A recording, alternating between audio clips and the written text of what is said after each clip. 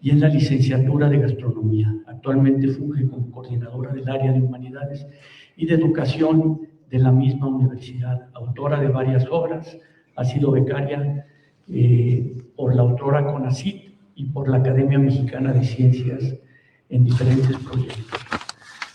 Muchas gracias por aceptar venir con nosotros y cedo la palabra. Muchísimas gracias, muy buenas tardes a todos y a todas las que estamos aquí presentes. Y bueno, es difícil terminar una sesión tan importante en un coloquio también del mismo tenor y después de las intervenciones no solamente interesantes, sino magistrales que nos han dado Rodrigo y Alexander. En primer lugar, pues agradezco de manera especial a todos los que estamos aquí por su escucha y especialmente a los organizadores de este evento por la invitación. Encuentro que creo que atinadamente nos permite reflexionar sobre uno de los hechos definitorios en el cauce no solamente político, sino también de otras vertientes en nuestro país que se sorteó hace más de 100 años y que como tal marcó y marca todavía no pocas de las trayectorias identitarias, regionales, familiares y personales, como en diferentes propuestas que ya he dejado patente en otros trabajos, ¿no? Bueno, inicio. Llegó el día 28 de agosto de 1928, cuando, rendida de fatiga, el cielo me dio una niña, viniendo a reemplazar al que se me murió a consecuencia de las penas que ocasionó la reconcentración. Nadie me creía capaz de hacer nada con 2 niñas que siempre llevaba conmigo. A los pocos días fui llamada por uno de los jefes. Se trataba de ir a la ciudad de León para una comisión que nadie había podido llevar a cabo. Cuando llegué a León, lo primero que vi fue al que me dijo: inmediatamente te vas, pero te hago sabedora que obres con cautela, porque si te cogen con esos papeles en tu poder, óyetelo bien, allí te vas a quedar colgada de un guisache o de lo que les venga a la mano. A las 10 de la mañana me agarró el gobierno en unión con otros pasajeros. Tomé dichos papeles en la mano izquierda y en ella senté a la niña envolviéndola con una cobijita. Me levantaron el brazo en alto, revisándome todo lo demás del cuerpo, pero nunca pensaron quitarme a la niña, quedando así en salvo los papeles y yo junto con ellos, que por lo que me habían dicho al entregármelos, yo ya buscaba el árbol donde me iban a colgar y como eran 12 federales, no me quedaba de otra.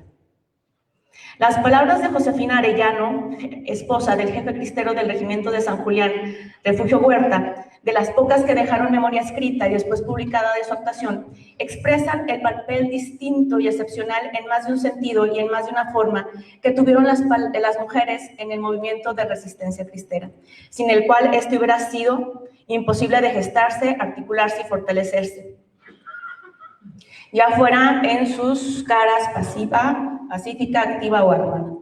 Las redes de colaboración y logística llevaron a no pocas católicas a convertirse en parte esencial del sistema nervioso del movimiento de resistencia, ya fuera de manera espontánea u organizada, pasiva o activa, desde lo aceptable o esperable, es decir, desde los propios roles de su sexo en la primera mitad del siglo pasado o definitivamente desafiándolos.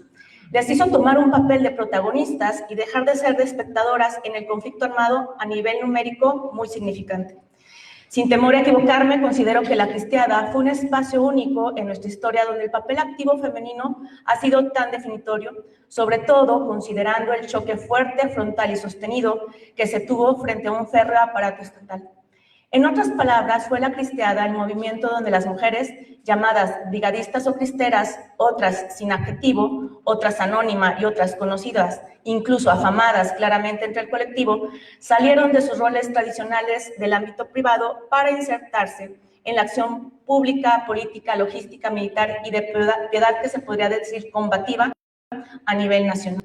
Al igual que los hombres, considerados parte de la cristiandad, argumentaban luchar a favor de la libertad, su identidad católica, sus propios proyectos de vida y en contra del proceso de secularización como las claras limitantes impuestas en varias materias a la Iglesia. Si somos demasiados juiciosos con el título de esta intervención, hablar de las mujeres en la guerra cristera implica un campo no solamente extenso para poder abarcar su actuar, sino sumamente limitante, por otro lado, en cuanto justo al registro de esa actuación.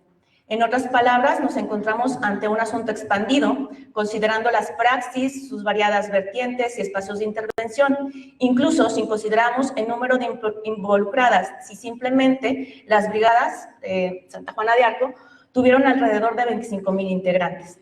Pero, por el otro lado, contraído para los investigadores en cuanto a la teoría heurística. Recordemos que, por ejemplo, los archivos fueron censurados e incluso eliminados como los de los propios de las brigadas Santa Juana de Arco. Pensando en ello, es necesario notar que se tuvo que ser superada la etapa de silencio institucional e historiográfico, incluso social, sobre un movimiento tildado desde la versión oficial como un levantamiento de gallinas. El más reaccionario frente al proyecto revolucionario, aquel que consideraba como meta regresar a lo prevaleciente en la primera mitad del siglo anterior. Con las herramientas y lentes que ahora, décadas después, nos da la historia oral y específicamente la historia de la memoria, de sus usos y trabajos, no nos es difícil entender ese hermetismo. Luego, para el resto de las mujeres y sus formas de anexión a la resistencia católica, el mismo pionero en estos estudios, el doctor Agustín Baca, ya lo decía hace 30 años. La insuficiencia de fuentes tradicionales de información, que en este caso se convierte en desabastecimiento. A la limitada cantidad de datos se le aúna, decía él, la parcialidad, casi podría decirse intencional, campante en los textos que dan cuenta del carácter de la intervención de las mujeres en el movimiento. Esta vastedad y exigüidad, así como el tiempo que tenemos para esta intervención, es lo que define esta estructura. Luego de recibir la invitación a este foro en una sobremesa entre su servidora y dos historiadoras, así como dice una mandataria, estas definieron una labor difícil de abordar el tema y los adjetivos que sobresalieron fueron brigadistas y damas católicas. Pero recordando mi tesis doctoral, la cuestión me resultó otra. Entre los descendientes de cristeros ya de tercera, cuarta y quinta generación, estos adjetivos y figuras, las brigadistas, y las damas católicas, por ejemplo, prácticamente han desvanecido, se han quedado desvanecidas en la memoria, quedando adjetivadas todas las que apoyaron al movimiento cristero como las cristeras. Fue ahí donde mi idea inicial se dislocó y, además de presentarles las diferentes figuras, espacios y acciones que tomaron las mujeres en el conflicto, también les presentaré a la cristiada a través de las mujeres en el plano cultural, en el plano de las representaciones que actualmente sigue vigente, dando carácter y forma a imaginarios regionales, en este caso tomando en cuenta las regiones de los Altos de Jalisco y el sur de Zacatecas.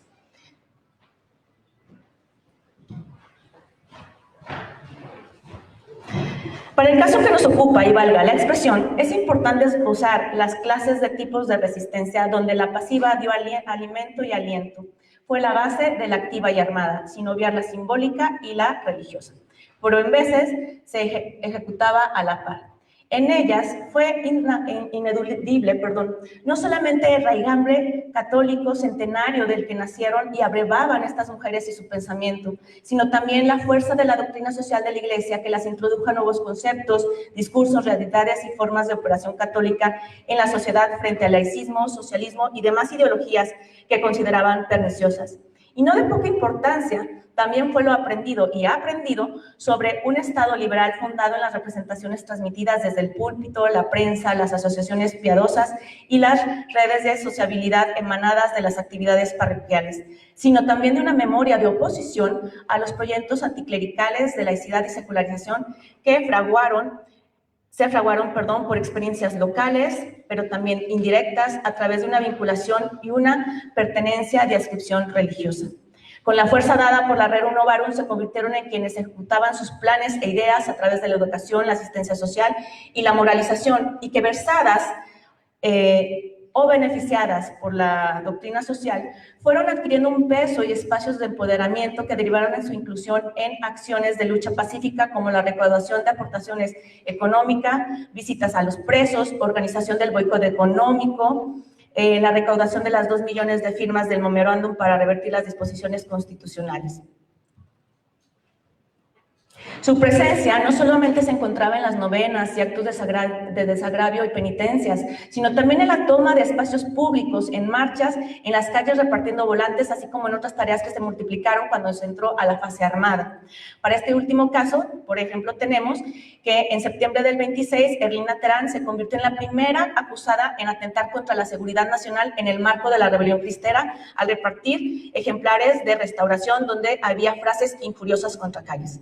En la revista Gladio encontramos ejemplos de cómo ciertos momentos sus roles esperados por ser mujer se descolocaban de acuerdo a las circunstancias, y en este caso de una marcha se decía: las muchachas contestaron con el gesto de gallardía de los primeros mártires y contestaron con vivas a Cristo Rey, en medio de los balazos disparados por los policías. Ojalá que muchos de los hombres que no saben más que traer choclo, ponerse el pañuelo en el saco y polvearse, más que reír y burlarse de las muchachas, comiencen a saber hacer alguna cosa más seria.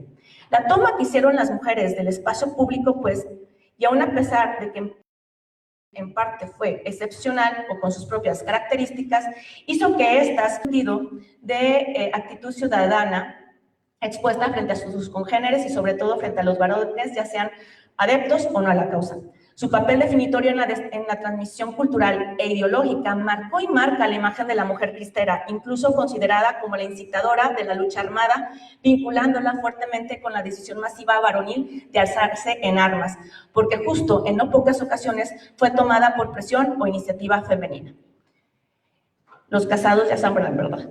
En la revista David se lee: su esposa malició que la cosa andaba mal con su marido y hubo que expectarle las siguientes palabras: si no te hallas con el ánimo de seguir adelante hasta el triunfo de la causa, haremos un trato. Te quedas en la casa con los chicos y yo me voy en tu lugar.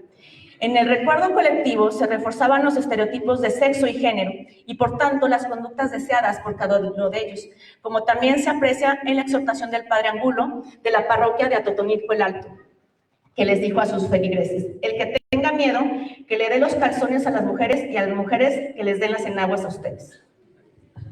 Actualmente, un hijo de cristero afirma: mi abuelita María Isabel mandó a mi tío Aurelio, también un gran jefe cristero de la región de Los Altos: ¿tú qué estás haciendo ahí? Estás muy en paz, órale. Y por el mismo estilo, una de las famosas hijas de don Aurelio Nimón también dice: de hecho, mi abuela le dijo a sus hijos: seguramente me voy a tener que ir yo a la cristera. Yo a mis hijos los veo muy tranquilos, como diciendo, no muy hombrecitos.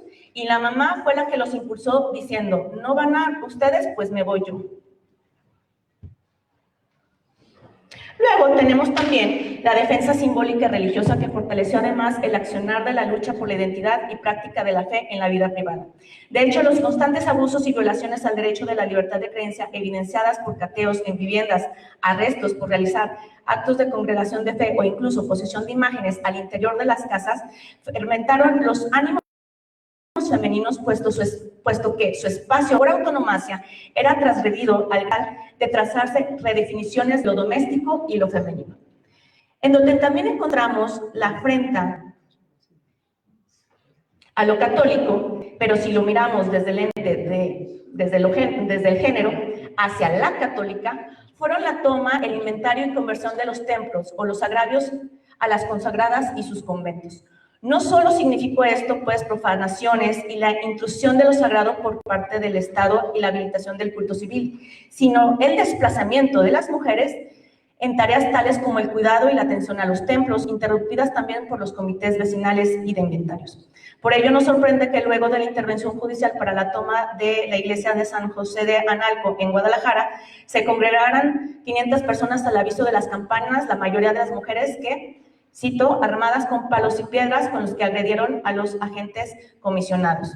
Con ejemplos menos violentos y espectaculares, pero de resistencia, también tenemos ayunos, organizaciones de marchas, algunas la romería de 1928 con más de 200,000 católicos, las misas y clases clandestinas, la vigilancia comunitaria y la vestimenta negra en señal de luto. Estas luchas privadas y públicas alentaron discursos y actitudes del bando contrario que propagaban una imagen de la mujer como instrumento de alienación clerical y de retroceso a lo que consideraban los progresos sociales y políticos emanados de la secularización y el laicismo. Así se puede leer. Una de las barreras con que más resistencia se opone el avance de las ideas modernas es el obstinado criterio de la mujer, criterio que ha sido pacientemente moldeado por el clero romano en la penumbra del confesionario. La mujer no descansa ni un momento en su acción fanatizante.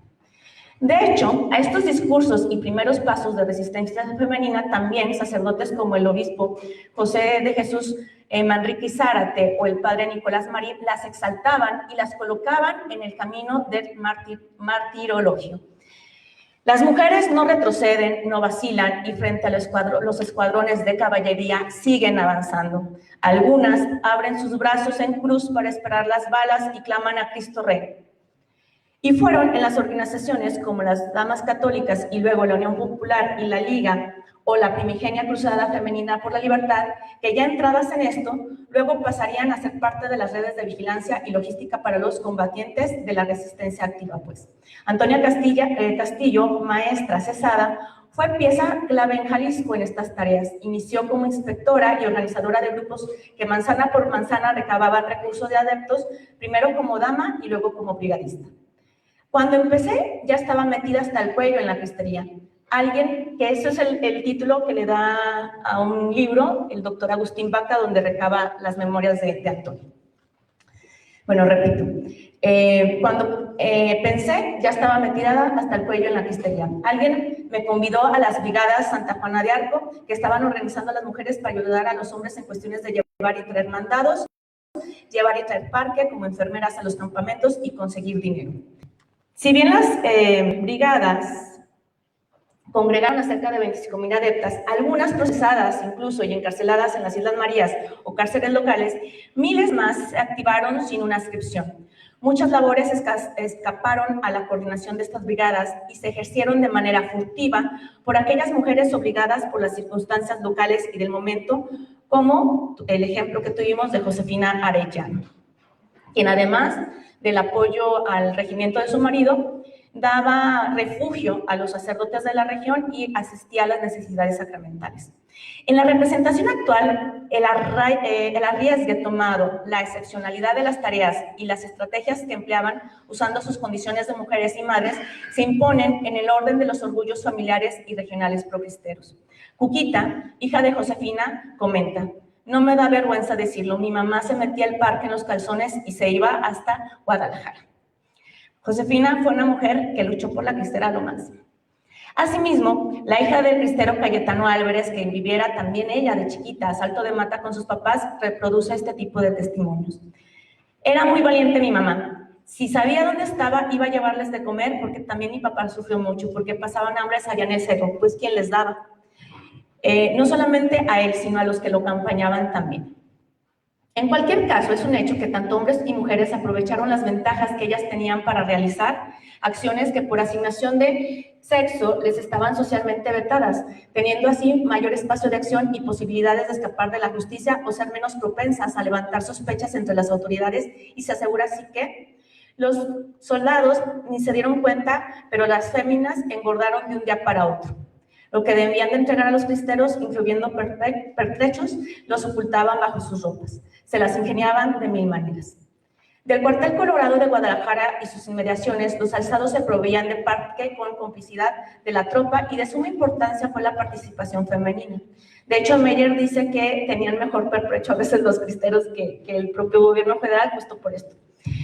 Aprovechando las necesidades y ambiciones económicas o afinidades ideológicas con sus proveedores, así como sus encantos para enamorarlos. Ello también redundó en tareas de espionaje. De muchas operaciones militares fueron informados los cabecillas cristeros gracias a las féminas, gracias a sus habilidades de persuasión con sus conocidos o enamorados. Casos famosos de resistencia más activa los encontramos en regimientos cristeros, como lo fueron Carmelita Robles en la región de Huejuquilla, martirizada, y Natividad García. Sin embargo, en el caso de la resistencia armada, la figura de Agripina Montes, la coronela, quien dotó a sus peones de caballos y armas, toma protagonismo. A su obediencia tenía un grupo de cristeros y se dice que combatió contra jefes militares de la talla de Saturnino Cedillo. Sin embargo, Jan Meyer afirma que los federales imaginaban a la cabeza de las tropas de la Sierra Fría a Agripina, pero no era quizá un caudillo guerrero, Sin embargo, organizó el alzamiento de Manuel Frías en Colón y lo propagó por toda la región con una energía absolutamente militar. Sus compañeros de grupo decían de ella: traía sus 45 y era muy buen jinete. Siempre andaba empantalonada y era muy buena para la bala. Mataba las aves volando. Su fama se hizo tal que hubo composiciones que le dedicaban de este tenor: vuela, vuela, palomita, con tus alitas muy finas, ándale, lleva la Agripina estas 2000 carabinas. Sobre sus inicios, entre los cristeros, ella misma recordaba: el día de la insurrección yo no salí a la calle, me quedé en el rancho a cuidar a los choferes y cargadores de los carros. Estuve con mi arma sentada en la ventana en un cuarto que quiero ir a fotografiar como recuerdo. En el derramamero yo vestía con pantalones de mezclilla que me dio Norberto, traía botas, carrillera y sombrero. Otro ejemplo claro es Guadalupe Chaires, la generala de la zona de Victoria y Guanajuato, quien continuó su apoyo con la correspondencia a los mandos cristeros en la segunda, hasta que fue capturada y ahorcada. En el orden discursivo católico, la mujer ha sido símbolo de la custodia y reproducción de los soportes socioculturales tradicionales. En este sentido, fue exaltada por su inclusión organizada en las estrategias de presión contra las leyes consideradas atentatorias de la libertad religiosa. Por otra parte, los hechos y recuerdos de agravios y medios generados por la violencia muestran las experiencias cotidianas en tiempos de guerra, pero también los idearios regionales o ideales y virtudes de imaginarios católicos.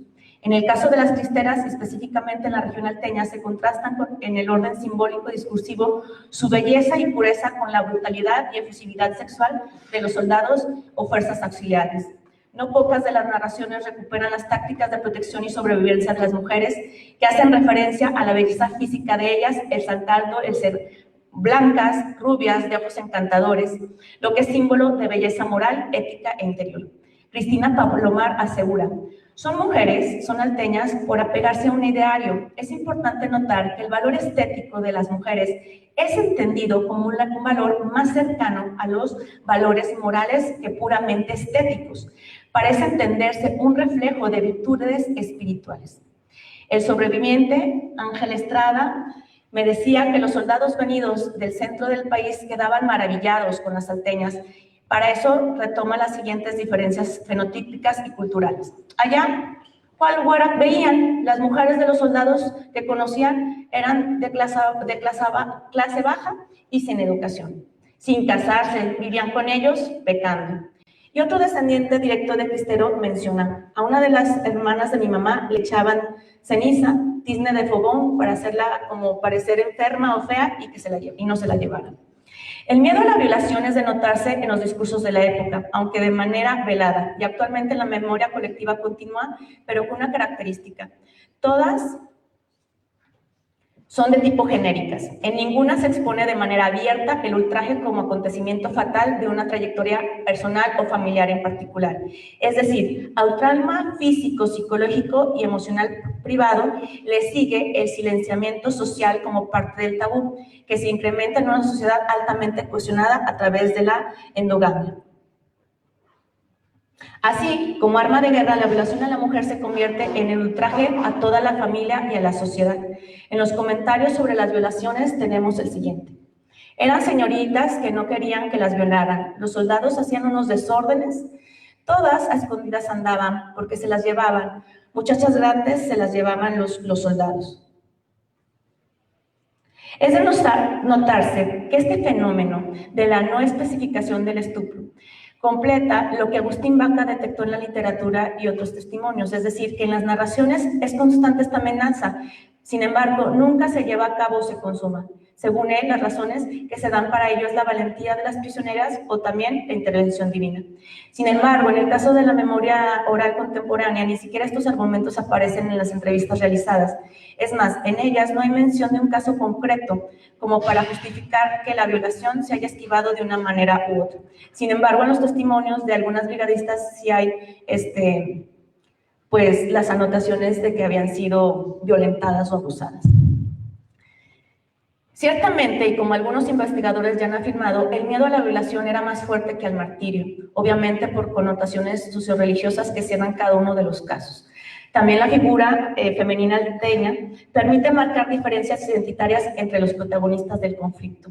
Es de notarse que el mismo concepto de cristera se le adjudica a quienes apoyaron a la causa y que a partir de ese nivel han sido colocadas desde los trabajos de la memoria como sujetos íntegros a diferencia de las llamadas soldaderas, a quienes se les despoja de toda convicción y valores morales. En el recuerdo social, el nombre de estas últimas remite a un colectivo despreciado y con atributos cuestionables, a diferencia de la cristera, cuyo motor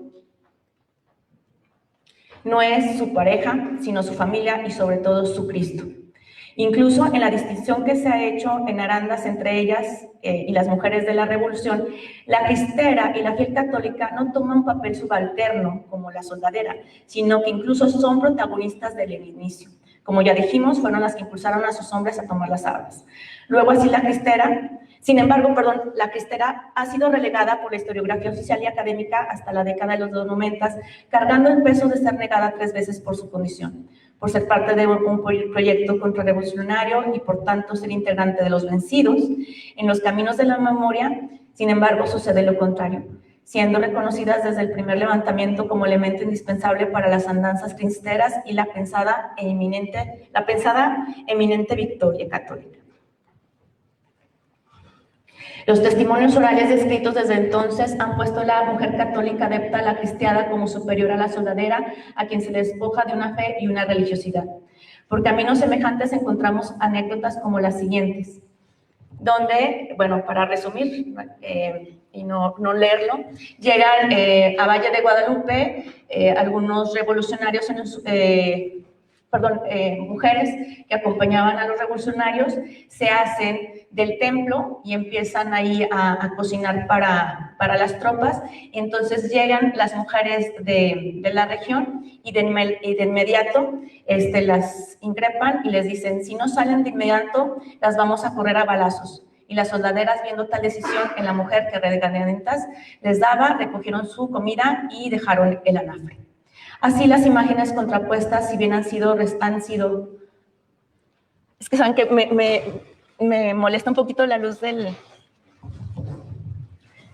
Por eso me estoy... No.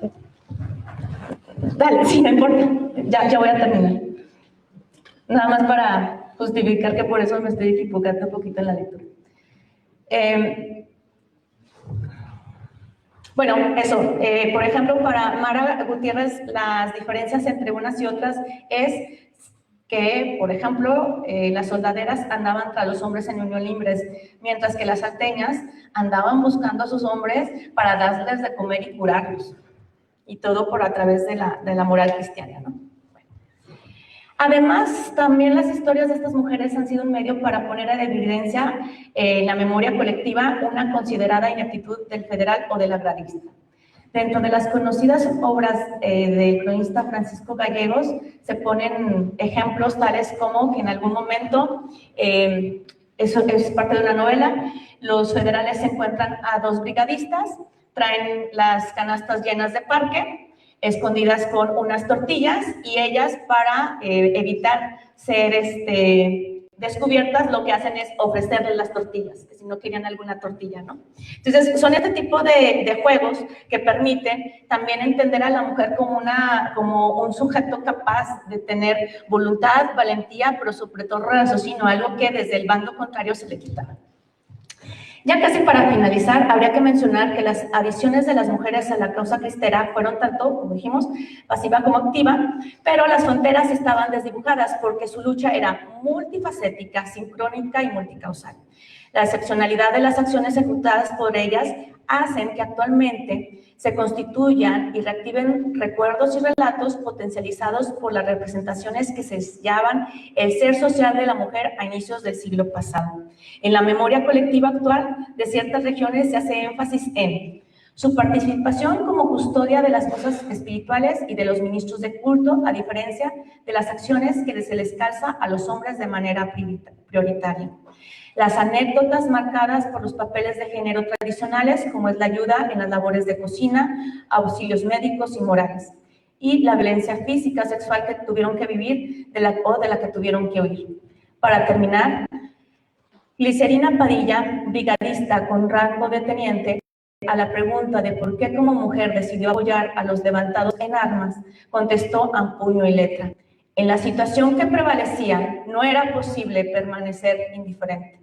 Tal vez esta es la más alta lección que hoy podemos tener de ellas en los tiempos que corren. Muchas gracias.